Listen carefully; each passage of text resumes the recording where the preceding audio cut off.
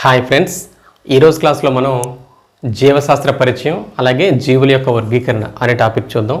ఈ టాపిక్లో అసలు జీవశాస్త్రం అంటే ఏంటి, అందులో జీవుల యొక్క లక్షణాలు, వీటితో పాటు జీవులకు పేర్లు పెట్టే విధానం, నామీకరణ విధానం, అలాగే వివిధ శాస్త్రవేత్తలు జీవులను ఏ విధంగా వర్గీకరించారు, అలాగే వాటి యొక్క లక్షణాలు ఏమున్నాయో చూద్దాం. ఇందులో ఫస్ట్ జీవశాస్త్రం గురించి నేర్చుకునే ముందు అసలు సైన్స్ లేదా శాస్త్రం అంటే ఏంటి. సైన్స్ అనే పదం మనకి సైన్షియా అనేటువంటి లాటిన్ పదం నుంచి ఏర్పడింది. ఇది సైన్షియా అనేటి లాటిన్ పదం నుంచి ఏర్పడింది ఇది.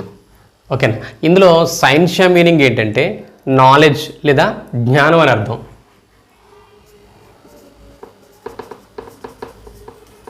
నాలెడ్జ్ లేదా జ్ఞానం అని అర్థం. ఇది శాస్త్రానికి సంబంధించి.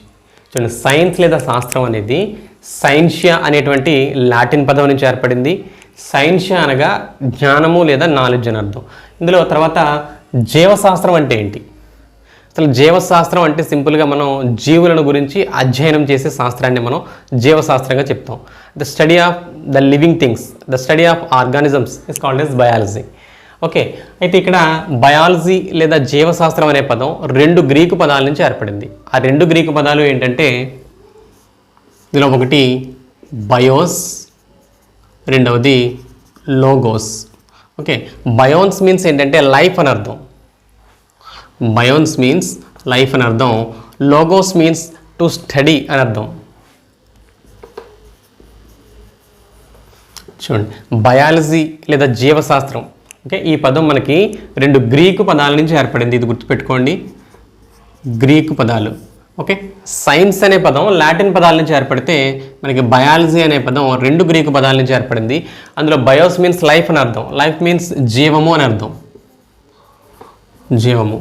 అలాగే లోగోస్ మీన్స్ టు స్టడీ లేదా సైన్స్ అని అర్థం. ఓకేనా. లోగోస్ అంటే శాస్త్రము లేదా అధ్యయనం అని అర్థం.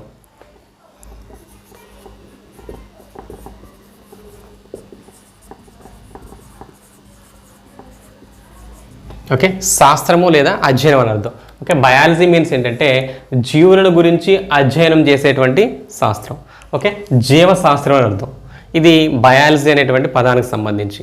ఓకే, తర్వాత ఈ జీవశాస్త్రము లేదా బయాలజీ అనే పదాన్ని మొట్టమొదటిసారిగా ఎవరు ప్రతిపాదించారంటే మనకి జీన్ లామార్క్.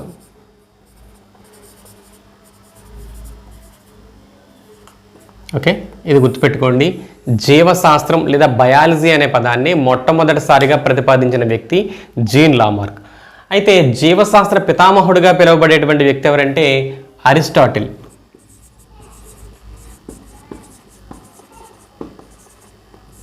ఓకే, ఈ రెండింటికి డిఫరెన్స్ చూడండి. జీవశాస్త్రం అనే పదాన్ని ప్రతిపాదించిన వ్యక్తి జీన్ లామార్క్, కానీ జీవశాస్త్ర పితామహుడుగా పిలువబడేటువంటి వ్యక్తి అరిస్టాటిల్. ఎందుకు అరిస్టాటిల్ని జీవశాస్త్ర పితామహుడు లేదా ఫాదర్ ఆఫ్ బయాలజీగా పిలుస్తున్నామంటే, మొట్టమొదటిసారిగా జీవులను గురించి శాస్త్రీయంగా అధ్యయనం చేసిన వ్యక్తి.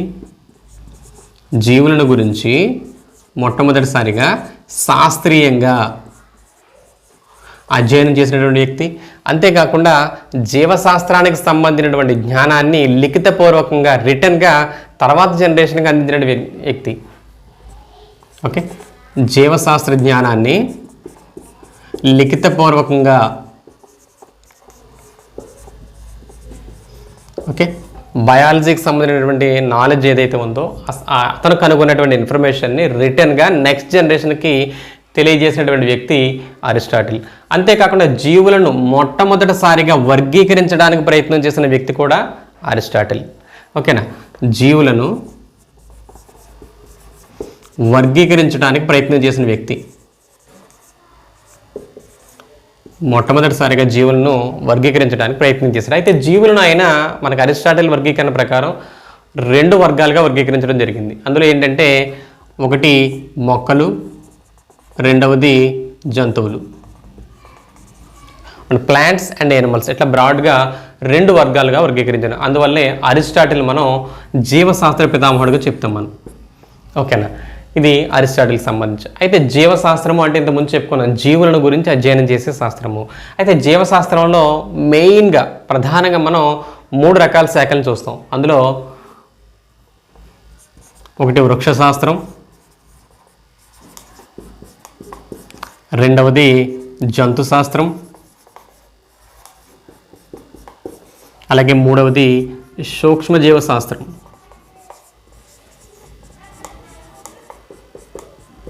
ఓకే, చూడండి బ్రాడ్గా చెప్పుకుంటే మనకి బయాలజీలో 3 మెయిన్ బ్రాంచెస్ ఉంటాయి. ఒకటి వృక్షశాస్త్రం, దీన్నే బాటనీ అని పిలుస్తాం. రెండవది జంతు శాస్త్రం, దీన్ని జువాలజీ అని పిలుస్తాం. మూడవది సూక్ష్మజీవ శాస్త్రం, మైక్రోబయాలజీ అని చెప్తాం. ఓకేనా, కంటికి కనిపించే మనకు మొక్కలు జంతువులు కనిపిస్తే కనిపించిన జీవులు ఎన్నో ఉన్నాయి, అవి సూక్ష్మజీవులుగా చెప్తాం. ఇందులో వృక్షశాస్త్రానికి సంబంధించినటువంటి పితామహుడుగా ఫాదర్ ఆఫ్ బాటనీ అని చెప్పి ఎవరిని పిలుస్తామంటే థియోప్రాస్టస్.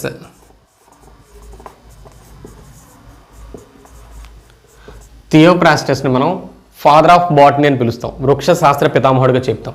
అలాగే జంతు శాస్త్రానికి సంబంధించి ఫాదర్ ఆఫ్ జువాలజీగా ఎవరిని పిలుస్తామంటే అరిస్టాటిల్. అరిస్టాటిల్ని ఫాదర్ ఆఫ్ జువాలజీ లేదా జంతు శాస్త్ర పితామహుడుగా పిలుస్తాం.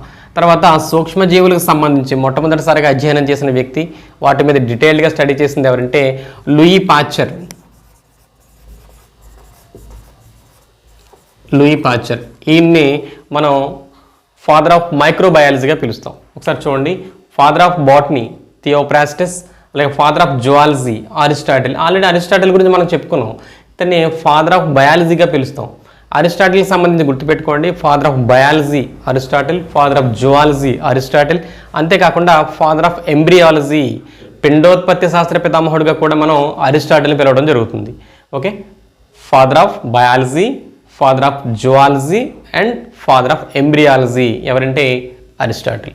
నెక్స్ట్ వన్ ఎవరంటే ఫాదర్ ఆఫ్ మైక్రోబయాలజీ, సూక్ష్మజీవ శాస్త్ర పితామహుడుగా మనం లూయి పాశ్చర్ని పిలుస్తాం. అంటే సూక్ష్మజీవులకు సంబంధించి అనేక సూక్ష్మజీవులకు సంబంధించిన వ్యాధులకు ఈయన వ్యాక్సిన్స్ కనిపెట్టడం జరిగింది. మనకి గొర్రెలకు సోకేటువంటి యాంథ్రాక్స్ వ్యాధికి, ఓకే, అలాగే కుక్కల నుంచి వచ్చేటువంటి ర్యాబిస్ వ్యాధికి మొదలైన వాటికి వ్యాక్సిన్ లేదా టీకాను కనుగొనడం జరిగింది.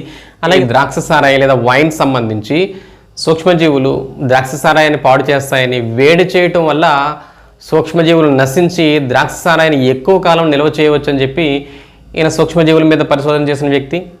ఓకే, అంతేకాకుండా పాలను శుద్ధి చేసేటువంటి విధానం, పాలను నిల్వ చేసేటువంటి విధానం, దీన్నే పాశ్చరైజేషన్ అని పిలుస్తాం. ఈయన పేరు మీద దాన్ని పాశ్చరైజేషన్ అని చెప్పి పేరు పెట్టడం జరిగింది. ఇట్లా పాశ్చరైజేషన్ విధానాన్ని కూడా కనిపెట్టిన వ్యక్తి ఎవరంటే లూయి పాశ్చర్. ఇవి మన బయాలజీలో మెయిన్ బ్రాంచెస్గా చెప్తాం, botany, zoology and microbiology. Okay, ఇది దీనికి సంబంధించినటువంటి పితామహులకు సంబంధించి. తర్వాత మనం అసలు జీవశాస్త్రము అంటేనే జీవులను గురించి అధ్యయనం చేసే శాస్త్రం అని చెప్పుకున్నాం. ఓకేనా, అయితే జీవులు, వీటిని మనం సజీవులుగా పిలుస్తాం, లివింగ్ థింగ్స్, లివింగ్ ఆర్గానిజమ్స్ అంటాం. అయితే సజీవుల యొక్క లక్షణాలు ఏంటి, ఇది ఆల్రెడీ మనకి ప్రైమరీ క్లాసెస్లో వచ్చేదే. ఓకే, దీని గురించి అందరికీ తెలిసిన ఇన్ఫర్మేషన్. ఇంకొకసారి చూస్తే సజీవులు అని వేటిని పిలుస్తున్నామంటే ఏ జీవులైతే మనం చెప్పుకునేటువంటి లక్షణాలను చూపిస్తాయో వాటిని సజీవులుగా చెప్తాం. అవేంటి, పెరుగుదల, చలనం, ప్రత్యుత్పత్తి, అలాగే క్షోభ్యత. వీటితో పాటు జీవులలో జరిగేటువంటి ఇతర జీవక్రియలు, శ్వాసక్రియ, జీర్ణక్రియ, విసర్జన, ఇట్లాంటి జీవక్రియలను చూపించేటువంటి జీవులు ఏవైతే ఉన్నాయో వాటిని సజీవులుగా చెప్తాం. ఓకేనా, అయితే ఇందులో పెరుగుదల, ప్రతి జీవిలో కూడా మనకి దాని పరిమాణం లేదా ఆకారంలో కనిపించేటువంటి మార్పుని మనం పెరుగుదలగా చెప్తాం. జీవులు ఒక ప్రదేశం నుంచి మరొక ప్రదేశానికి కదలి వెళ్ళేదాన్ని మనం చలనంగా చెప్తాం. అయితే మొక్కలలో చలనం అనేది లేకుండా స్థిరంగా ఉండటం అనేది జరుగుతుంది. రెండోది ప్రత్యుత్పత్తి, ప్రత్యుత్పత్తి జరిపేటువంటి లక్షణం వేటిలో అయితే ఉందో వాటిని సజీవులుగా చెప్తాం. అంటే ఒక జీవి నుంచి తనలాంటి మరొక తరం జీవులు ఉత్పత్తి చేసే సామర్థ్యాన్ని మనం ప్రత్యుత్పత్తిగా చెప్తాం. ఓకే, ఇట్లాంటి లక్షణం. దీంతో పాటు అతి ముఖ్యమైనది క్షోభ్యత. జీవులు పరిసరాల్లో జరిగేటువంటి మార్పులకు తిరిగి ప్రతిస్పందన చూపించడం అనేది జరుగుతుంది. దీన్నే మనం క్షోభ్యతగా చెప్తాం. ఓకే, దీన్ని మనం క్షోభ్యత. ఓకే, ఇట్లాంటి లక్షణాలను చూపించేటువంటి జీవులు ఏవైతే ఉన్నాయో అన్నింటినీ మనం సజీవులుగా చెప్తాం. ఓకే, ఇది సజీవుల యొక్క లక్షణాలు. ఒకసారి చూడండి, మనకి సైన్స్ లేదా శాస్త్రం, ఈ సైన్స్ అనే పదం సైన్షియా అనేటువంటి లాటిన్ పదం నుంచి వచ్చింది. సైన్షియా అంటే ఏంటంటే నాలెడ్జ్ లేదా జ్ఞానం అని అర్థం. తర్వాత బయాలజీ, బయాలజీ అనే పదం 2 గ్రీకు పదాల నుంచి వచ్చింది. ఓకే, బయాలజీ మీన్స్ ఏంటంటే జీవశాస్త్రం. ఇది జీవులను గురించి అధ్యయనం చేసేటువంటి శాస్త్రం. ఓకే, అయితే ఆ రెండు గ్రీకు పదాలు ఏంటంటే ఒకటి బయోస్, రెండోది లోగోస్. బయోన్స్ మీన్స్ లైఫ్ అని అర్థం, అలాగే లోగోస్ మీన్స్ టు స్టడీ లేదా సైన్స్ ఆఫ్ లేదా నాలెడ్జ్ అని అర్థం. ఓకేనా, బయాలజీ మీన్స్ ఏంటంటే జీవశాస్త్రము లేదా జీవుల గురించి అధ్యయనం చేసేటువంటి శాస్త్రము లేదా జీవుల గురించి జ్ఞానాన్ని అందించేటువంటి శాస్త్రం అని అర్థం. ఓకే, ఇది బయాలజీకి సంబంధించి. తర్వాత బయాలజీ అనే పదాన్ని మొట్టమొదటిసారిగా ప్రతిపాదించిన వ్యక్తి జీన్ లామార్క్. ఓకే, తర్వాత జీవశాస్త్ర పితామహుడు ఫాదర్ ఆఫ్ బయాలజీగా ఎవరిని పిలుస్తామంటే అరిస్టాటిల్ని పిలుస్తాం. అరిస్టాటిల్నే ఎందుకు ఫాదర్ ఆఫ్ బయాలజీగా పిలుస్తామో కూడా చెప్పుకోవడం జరిగింది మనం. ఓకే, జీవుల గురించి మొట్టమొదటిసారిగా శాస్త్రీయంగా పరిశీలించినటువంటి వ్యక్తి. దాంతోపాటు జీవశాస్త్రానికి సంబంధించినటువంటి జ్ఞానాన్ని లిఖితపూర్వకంగా అందించినటువంటి వ్యక్తి. అంతేకాకుండా మొట్టమొదటిసారిగా జీవులను వర్గీకరించడానికి ప్రయత్నం చేసినటువంటి వ్యక్తి. జీవులను ఈయన మొక్కలు మరియు జంతువులుగా వర్గీకరించాడు. అంతేకాకుండా జంతువులను ఓకే ఎరుపు రక్తం కలిగిన జీవులు అట్లాగే ఎరుపు రక్తం లేనటువంటి జీవులుగా కూడా ఈయన వర్గీకరించడం జరిగింది. అంటే వీటిని ఎరుపు రక్తం కలిగిన వాటిని సకశేరుకాలని, ఎరుపు రక్తం లేని వాటిని అకశేరుకాలని చెప్పి ఈయన వర్గీకరించడం జరిగింది. ఇట్లా మొట్టమొదటిసారిగా అప్పుడున్న నాలెడ్జ్ ప్రకారం జీవులను వర్గీకరించడానికి ప్రయత్నం చేశాడు. ఓకే, అందువల్ల ఈయన మనం జీవశాస్త్ర పితామహుడిగా చెప్తాం. ఓకేనా, తర్వాత జీవశాస్త్రానికి సంబంధించినటువంటి మెయిన్ బ్రాంచెస్ ఏంటంటే botany, zoology and microbiology. Okay, botany లేదా వృక్షశాస్త్ర పితామహుడిగా మనం థియోప్రాస్టస్ని చెప్తాం. తర్వాత జంతు శాస్త్ర పితామహుడిగా అరిస్టాటిల్. ఇక్కడ ఇంకొక విషయం కూడా చెప్పుకున్నాం, అరిస్టాటిల్ని ఫాదర్ ఆఫ్ ఎంబ్రియాలజీ పిండోత్పత్తి శాస్త్ర పితామహుడిగా కూడా చెప్తాం. ఓకే, తర్వాత మైక్రోబయాలజీకి సంబంధించి సూక్ష్మ జీవశాస్త్ర పితామహుడిగా మనం లూయి పాశ్చర్ని చెప్తాం. ఓకేనా, తర్వాత జీవుల యొక్క లక్షణాల్లో ఉండాల్సినవి పెరుగుదల, చలనం, ప్రత్యుత్పత్తి, క్షోభ్యత, ఓకే, జీర్ణక్రియ, శ్వాసక్రియ, విసర్జన, ఇవన్నీ కూడా సజీవుల యొక్క లక్షణాలుగా చెప్తాం. ఈ లక్షణాలను ఏవైతే ప్రదర్శిస్తాయో అవి సజీవులుగా పిలువబడుతూ ఉంటాయి. ఓకే, ఇది జీవశాస్త్రం యొక్క ఇంట్రడక్షన్. ఓకే, తర్వాత జీవుల యొక్క వర్గీకరణ గురించి చూద్దాం.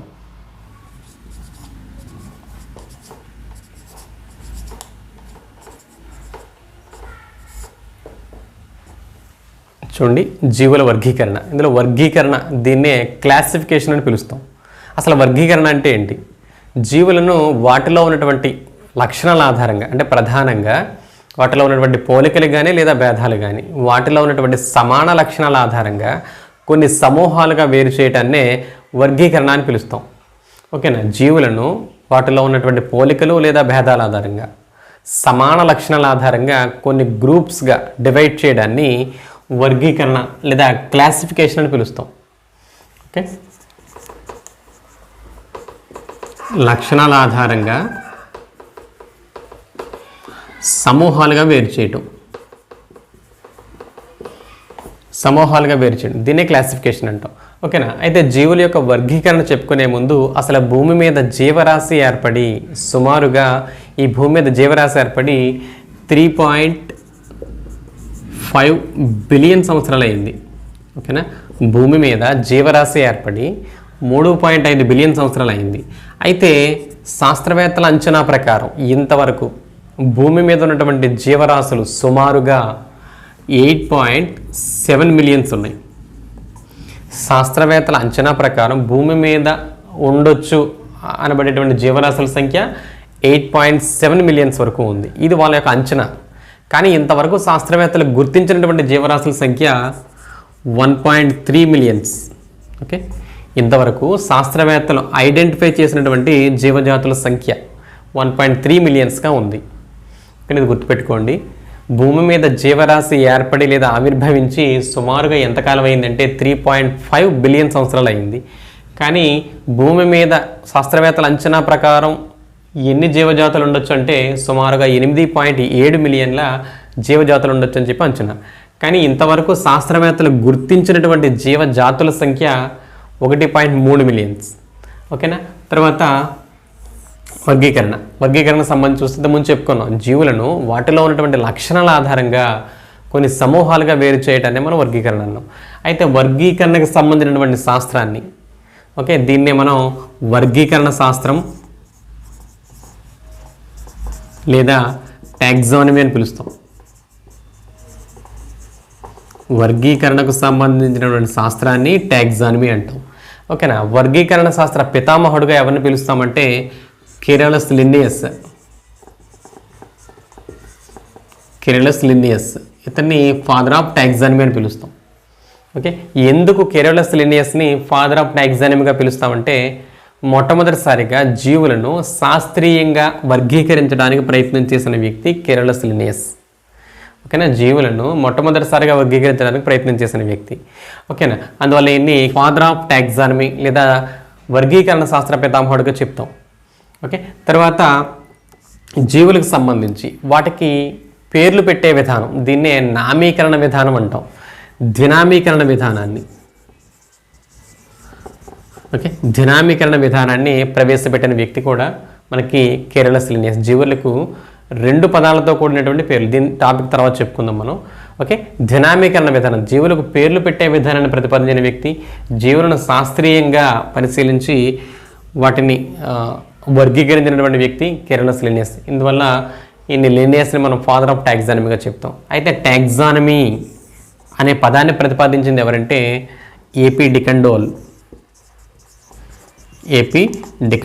ఈయన టాక్సానమీ లేదా వర్గీకరణ శాస్త్రం అనే పదాన్ని ప్రతిపాదించడం జరిగింది. ఓకేనా, తర్వాత మన భారతదేశానికి సంబంధించి ఇండియన్ ఫాదర్ ఆఫ్ టాక్సానమీ అని చెప్పి ఎవరిని పిలుస్తామంటే హెన్రీ శాంతాపు. ఈయన father of Indian taxonomy. Okay, భారతీయ వర్గీకరణ శాస్త్ర పితామహుడుగా పిలువబడేటువంటి వ్యక్తి హెన్రీ శాంతాపు. ఓకేనా, ఇది వర్గీకరణకు సంబంధించినటువంటి ఇంట్రడక్షన్. ఇది చూడండి, వర్గీకరణ శాస్త్ర పితామహుడు కెరోలస్ లిన్నియస్. తర్వాత వర్గీకరణ శాస్త్రం లేదా టాక్సానమీ అనే పదాన్ని ప్రతిపాదించిన వ్యక్తి ఏపీ డికండోల్. తర్వాత మన భారతదేశ వర్గీకరణ శాస్త్ర పితామహుడుగా ఎవరిని చెప్తామంటే హెన్రీ శాంతాపు. ఓకే, నెక్స్ట్ మనకి హిస్టరీ ఆఫ్ టాక్సానమీ అంటే పురాతన కాలం నుంచి నేటి వరకు ఈ వర్గీకరణం మీద, జీవులను వర్గీకరించడానికి ప్రయత్నం చేసినటువంటి వివిధ శాస్త్రవేత్తల యొక్క సమాచారం చూద్దాం. జీవులను మొట్టమొదటిసారిగా వర్గీకరించడానికి ప్రయత్నం చేసిన వ్యక్తిగా ఇంతకుముందు చెప్పుకున్నాం మనం. ఎవరంటే అరిస్టాటిల్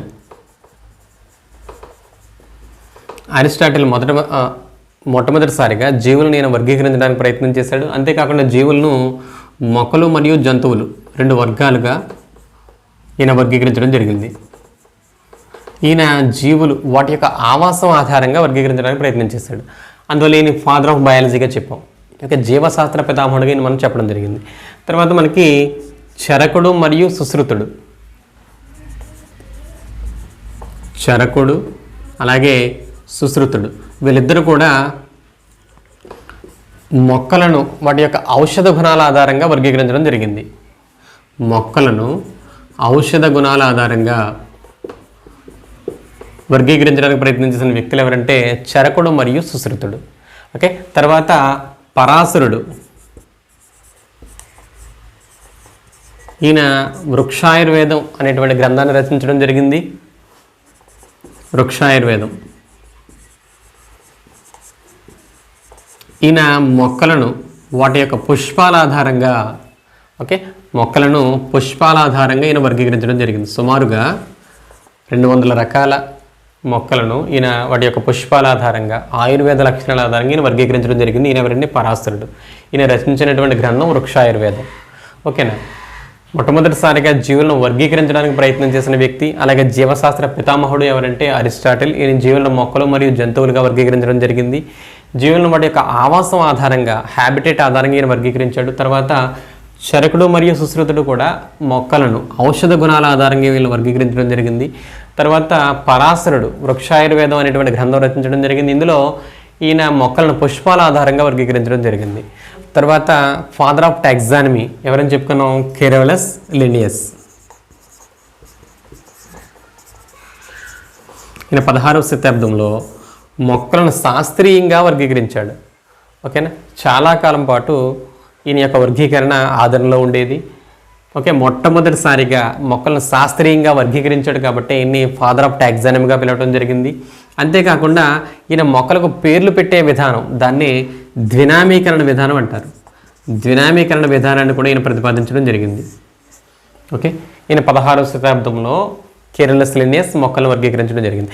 ఈయన తర్వాత 16వ శతాబ్దం నుంచి తర్వాత వివిధ శాస్త్రవేత్తలు ఏ విధంగా జీవులను వర్గీకరించారో తెలుసుకునే ముందు ఇక్కడ వర్గీకరణ అనే అంశం, ఓకే, వర్గీకరణ అనే అంశం జీవుల యొక్క పరిణామంతో, ఓకే, వర్గీకరణ అనే అంశం జీవుల యొక్క పరిణామంతో దగ్గర సంబంధాన్ని కలిగి ఉంటుంది.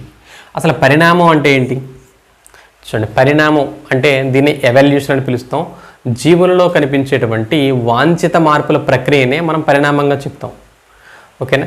జీవులలో వాతావరణ పరిస్థితులకు అనుగుణంగా క్రమక్రమంగా నెమ్మదిగా అనేక రకాల కొత్త మార్పులు చోటు చేసుకోవడం అనేది జరుగుతుంది. ఈ మార్పులు అనేవి వచ్చిన కొత్త మార్పులు అనేవి జీవి యొక్క మనుగడకు హెల్ప్ చేస్తూ ఉంటాయి.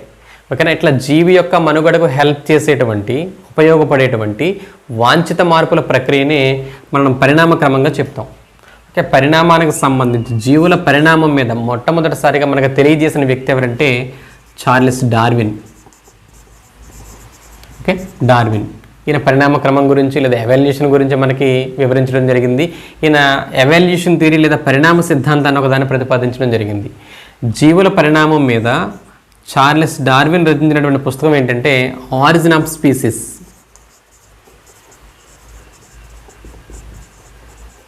ఆరిజిన్ ఆఫ్ స్పీసీస్, దీన్నే జీవుల యొక్క పుట్టుక అని పిలుస్తాం. దీన్ని జీవజాతుల పుట్టుక. ఈ గ్రంథాన్ని రచించింది ఎవరు? Charles Darwin. ఓకే. జీవులలో పరిణామ క్రమం గురించి మనకు తెలియజేసింది ఎవరంటే చార్లెస్ డార్విన్. ఓకే. ఇది పరిణామ క్రమానికి సంబంధించి. దీన్ని ఎందుకు చెప్పుకోవాల్సి వచ్చిందంటే జీవుల యొక్క వర్గీకరణ అనేది పరిణామంతో దగ్గర సంబంధాన్ని కలిగి ఉంటుంది. ఓకే. తర్వాత అసలు వర్గీకరణ అనేది ఏ విధంగా ఉపయోగపడుతుంది, మనకి జీవులను వర్గీకరించడం అనే అంశం మనకి ఏ విధంగా ఉపయోగపడుతుంది అనేది చూద్దాం. జీవుల యొక్క వర్గీకరణ అనేది జీవజాతుల గురించి మనం శాస్త్రీయంగా అధ్యయనం చేయడానికి ఉపయోగపడుతూ ఉంటుంది. అంతేకాకుండా జీవుల గురించి ఒక క్రమబద్ధంగా మనం ఒక జీవుల మధ్య ఉండేటువంటి సంబంధాలు కానీ, జీవుల మధ్య ఉండేటువంటి పోలికలు కానీ, లేదా వాటి మధ్య ఉండేటువంటి భేదాలు కానీ మనం తెలుసుకోవడానికి హెల్ప్ చేసేటువంటిది వర్గీకరణ అనేది. అంటే జీవులను ఒక సిస్టమేటిక్గా స్టడీ చేయడానికి, అధ్యయనం చేయడానికి వర్గీకరణ అనేది మనకు ఉపయోగపడుతూ ఉంటుంది. అంతేకాకుండా జీవులు పరిణామ క్రమంలో ఏ విధంగా ఉద్భవించాయో తెలుసుకోవడానికి మనకి క్లాసిఫికేషన్ అనేది ఉపయోగపడుతుంది.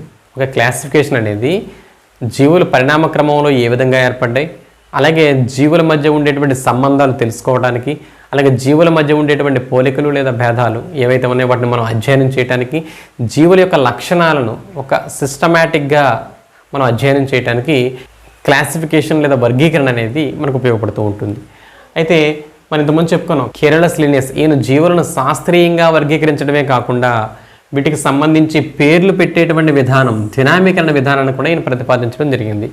ఓకేనా. ఇప్పుడు కెరోలస్ లిన్నేయస్ ప్రతిపాదించిన ద్వినామీకరణ విధానం ఏముందో చూద్దాం. తర్వాత ద్వినామీకరణ విధానం, దీన్నే బైనామియల్ నాన్క్లేచర్ అని పిలుస్తాం. అంటే జీవులకు రెండు పదాలతో కూడినటువంటి పేర్లు పెట్టేటువంటి విధానం. చూడండి, ఈ ద్వినామీకరణ విధానాన్ని ప్రతిపాదించిన వ్యక్తి ఎవరంటే కెరోలస్ లిన్నేయస్. అంటే జీవులను ఒక శాస్త్రీయ విధానంలో వర్గీకరించిన వ్యక్తి, అలాగే జీవులకు పేర్లు ఉండాలని సూచించి పేర్లు పెట్టిన వ్యక్తి. అంటే రెండు పదాలతో కూడినటువంటి పేర్లను పెట్టిన వ్యక్తి ఎవరంటే కెరోలస్ లిన్నేయస్. అందువల్ల ఈయన్ని మనం ఇంతకుముందు చెప్పుకున్నాం ఫాదర్ ఆఫ్ టాక్సానమీ, అంటే వర్గీకరణ శాస్త్ర పితామహుడిగా చెప్పుకోవడం జరిగింది.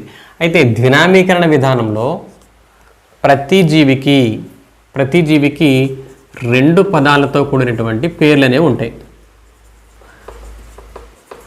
ఓకే. అందువల్ల దీన్ని ద్వినామీకరణ విధానం అంటే రెండు పదాలు, ఆ పేర్లో రెండు పదాలు ఉండటం అనేది జరుగుతుంది.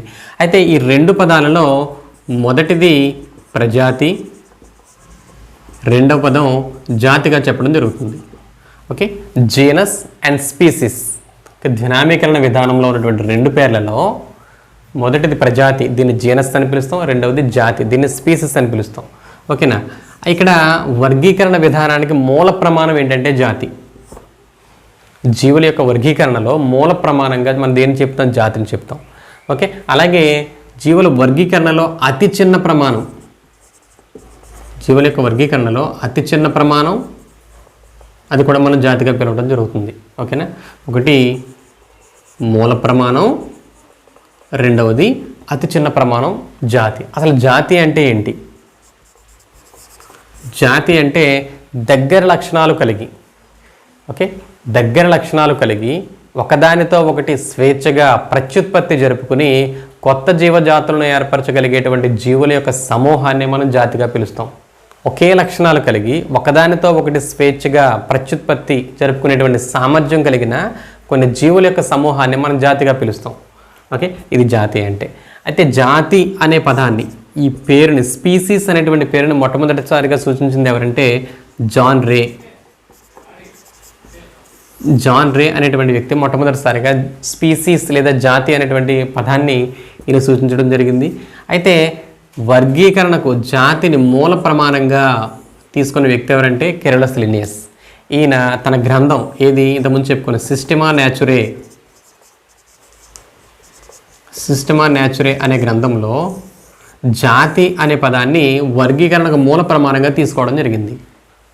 ఇంతకుముందు చెప్పుకున్నాం, కెరలస్ లిన్నియస్ 3 రకాల గ్రంథాలు రాయటం జరిగింది. జంతువులకు సంబంధించి సిస్టమా న్యాచురే, స్పీసీస్ ప్లాంటేరం అండ్ జెనీరా ప్లాంటేరం, ఆ రెండు కూడా మొక్కలకు సంబంధించి రాయటం జరిగింది. ఈయన రచించినటువంటి ఈ గ్రంథం ఏది సిస్టమా న్యాచురేలో జాతి అనే దాన్ని మూల ప్రమాణంగా ఈయన ప్రతిపాదించడం జరిగింది. అయితే జాతి అనే పదాన్ని ప్రతిపాదించింది ఎవరంటే జాన్ రే. ఇది అలాగే జాతి అంటే ఏంటో కూడా చెప్పుకున్నాం. దగ్గర లక్షణాలు కలిగి, అంటే ఒకే రకమైన లక్షణాలు కలిగి ఉండి ఒకదానితో ఒకటి స్వేచ్ఛగా సంపర్కం జరుపుకునేటువంటి జీవుల యొక్క సమూహాన్ని మనం జాతిగా పిలవడం జరుగుతుంది. ఓకే, ఇది జాతికి సంబంధించి. తర్వాత ద్వినామీకరణ విధానంలో ఉండేటువంటి రూల్స్ ఏమున్నాయో చూద్దాం. చూడండి, ద్వినామీకరణ విధానంలో మనం ఇంతకుముందు చెప్పుకున్నాం, ప్రతి జీవికి 2 పదాలతో కూడినటువంటి పేర్లు ఉండాలి. అందులో మొదటి పదం అనేది దేన్ని సూచించాలి? ప్రజాతి. అలాగే రెండవ పదం జాతిని చూపిస్తుందని చెప్పుకున్నాం. జాతి అనే పదాన్ని జాన్ రే ప్రతిపాదిస్తే ప్రజాతి అనే పదాన్ని టర్న్ఫోర్ట్ ఈయన ప్రతిపాదించడం జరిగింది. టర్న్ఫోర్ట్ గుర్తుపెట్టుకోండి. జాతి అనే పదాన్ని ప్రతిపాదించింది జాన్ రే, ప్రజాతి టర్న్ఫోర్ట్. అలాగే ద్వినామీకరణ విధానాన్ని ప్రతిపాదించింది లిన్నియస్. అయితే ద్వినామీకరణ విధానంలో ఉండేటువంటి రూల్స్ పరిశీలిస్తే కనుక ఇక్కడ ప్రతి జీవికి 2 పదాలతో కూడిన పేర్లు ఉండాలన్నాం. ఈ పేరునే మనం శాస్త్రీయ నామంగా పిలుస్తాం. ఉదాహరణకు మానవుని యొక్క శాస్త్రీయ నామం తీసుకుంటే హోమోసెపియన్స్. హోమోసెపియన్స్ అనేది మానవుని యొక్క సైంటిఫిక్ నేమ్, దీన్ని శాస్త్రీయ నామంగా చెప్తాం. అసలు జీవులకు పేర్లు ఎందుకు పెట్టాలి అనే దాన్ని పరిశీలిస్తే ఒకసారి మనకి భూప్రపంచంలో అనేక ప్రాంతాలు ఉండటం జరిగింది. అయితే వివిధ ప్రాంతాల్లో ఒక జీవికి సంబంధించి అనేక రకాల పేర్లతో పిలవటం జరుగుతుంది. కానీ యూనివర్సల్గా ప్రతి జీవికి ఒకే పేరు ఉండాలనే ఉద్దేశంతో ఈ శాస్త్రీయ నామాలు లేదా సైంటిఫిక్ నేమ్ సూచించడం జరిగింది. ఓకే, అందులో భాగంగా మనం ప్రతి జీవికి 2 పేర్లు పెట్టే విధానం అనుకున్నాం కదా. మొదటిది ప్రజాతి అయితే రెండవది జాతి అవుతుంది. అయితే ఈ పేర్లు పెట్టడానికి సంబంధించి కొన్ని రూల్స్ ఉన్నాయి. అవి ఏంటంటే ద్వినామీకరణ విధానంలో లిన్నియస్ ప్రతిపాదించినటువంటి రూల్స్. పేర్లు అనేవి, నేమ్స్ అనేవి ప్రధానంగా గ్రీకు లేదా లాటిన్ లాంగ్వేజ్లో ఉండాలి. జీవుల యొక్క పేర్లు లేదా శాస్త్రీయ నామాలు అనేవి ప్రధానంగా గ్రీక్ లేదా లాటిన్ లాంగ్వేజ్లో ఉండాలి. ఓకేనా. ఇందులో రెండవది మొదట ప్రజాతి పేరు రాయాలి, రెండవది జాతి పేరు రాయాలి. ఓకే, తర్వాత అవసరమైతే అది కనుగొన్నటువంటి శాస్త్రవేత్త పేరు రాయొచ్చు. ఓకే, ప్రధానంగా ద్వినామీకరణ విధానంలో 2 పేర్లు ఉంటాయి. అందులో మొదటి పదం ప్రజాతిని తెలియజేస్తే రెండవ పదం జాతిని తెలియజేస్తుంది. అవసరమైతే చివరిన 3వ పేరుగా అది కనుగొన్నటువంటి శాస్త్రవేత్త పేరు కూడా మనం యాడ్ చేయొచ్చు. ఓకే, తర్వాత ఈ పేర్లు రాసేటప్పుడు ప్రజాతి పేరు ఫస్ట్ లెటర్ ఎప్పుడు కూడా ఫస్ట్ లెటరు క్యాపిటల్ లెటర్ అయి ఉండాలి. ఓకే, క్యాపిటల్ లెటర్ మనం ప్రారంభించాల్సి ఉంటుంది. ఫర్ ఎగ్జాంపుల్ హోమోసెపియన్స్లో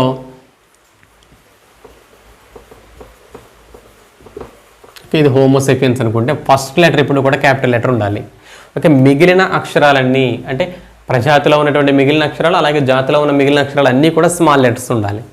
ఓకేనా. ఇది రిటర్న్గా మనకి బుక్ ప్రింటెడ్ ఫామ్ అయితే కనుక, పుస్తకంలో అచ్చువేసేటప్పుడు అయితే కనుక దీన్ని ఇటాలిక్ లెటర్లో ప్రింట్ వేయాలి. ఇటాలిక్ లెటర్స్ అంటే వీటిలో కొంచెం వంపు లేదా స్లాంట్ అనేది ఉంటుంది ఇలాగా. ఓకే, ఇటాలిక్ లెటర్స్లో ప్రింట్ వేయాల్సి ఉంటుంది. బుక్లో అచ్చు వేస్తే కనుక ఈ శాస్త్రీయ నామాన్ని ఇటాలిక్ లెటర్లో ఉంచాలి. అట్లా కాకుండా మనం హ్యాండ్ రిటర్న్ అయితే కనుక, చేతితో రాసినటువంటి శాస్త్రీయ నామం అయితే ఈ ప్రజాతి మరియు జాతి పేరు కింద అండర్లైన్ వేయాల్సి ఉంటుంది. ఓకేనా, ఇట్లా అండర్లైన్ వేయాల్సి ఉంటుంది. ఒకసారి చూడండి, పేర్లు అనేవి ప్రధానంగా 2 లాంగ్వేజ్లో ఉండాలి. ఒకటి గ్రీకు లేదా లాటిన్ లాంగ్వేజ్. ఈ పేర్లో మొదటిది ప్రజాతి పేరు, రెండవది జాతి పేరు అయి ఉండాలి. అవసరమైతే 3వది అది కనుగొన్న శాస్త్రవేత్త ఇస్తే ఇవ్వచ్చు. ఓకే, తర్వాత ప్రజాతి పేరు ఫస్ట్ లెటర్ ఎప్పుడు కూడా క్యాపిటల్ లెటర్తోనే స్టార్ట్ చేయాల్సి ఉంటుంది, మిగిలిన అక్షరాలన్నీ స్మాల్ లెటర్సే. తర్వాత ఇది బుక్లో ప్రింట్ వేయాల్సి వస్తే దాన్ని ఖచ్చితంగా ఇటాలిక్ లెటర్స్లోనే ప్రింట్ వేయాల్సి ఉంటుంది. అట్లా కాకుండా చేతి రాత అయితే కనుక ప్రజాతి మరియు జాతి పేరు కింద మనం అండర్లైన్ గీయాల్సి ఉంటుంది. ఓకేనా, ఇది ద్వినామీకరణ విధానంలో జీవుల యొక్క పేర్లు ప్రింట్ చేసేటప్పుడు, అది రాసేటప్పుడు, పేర్లు పెట్టేటప్పుడు ఉండేటువంటి రూల్స్. వీటితో పాటు కెరోలస్ లిన్నేయస్ ఒక వర్గీకరణ క్రమాన్ని కూడా నిర్వచించడం జరిగింది. ఆ వర్గీకరణ క్రమం ఏంటో చూద్దాం ఒకసారి.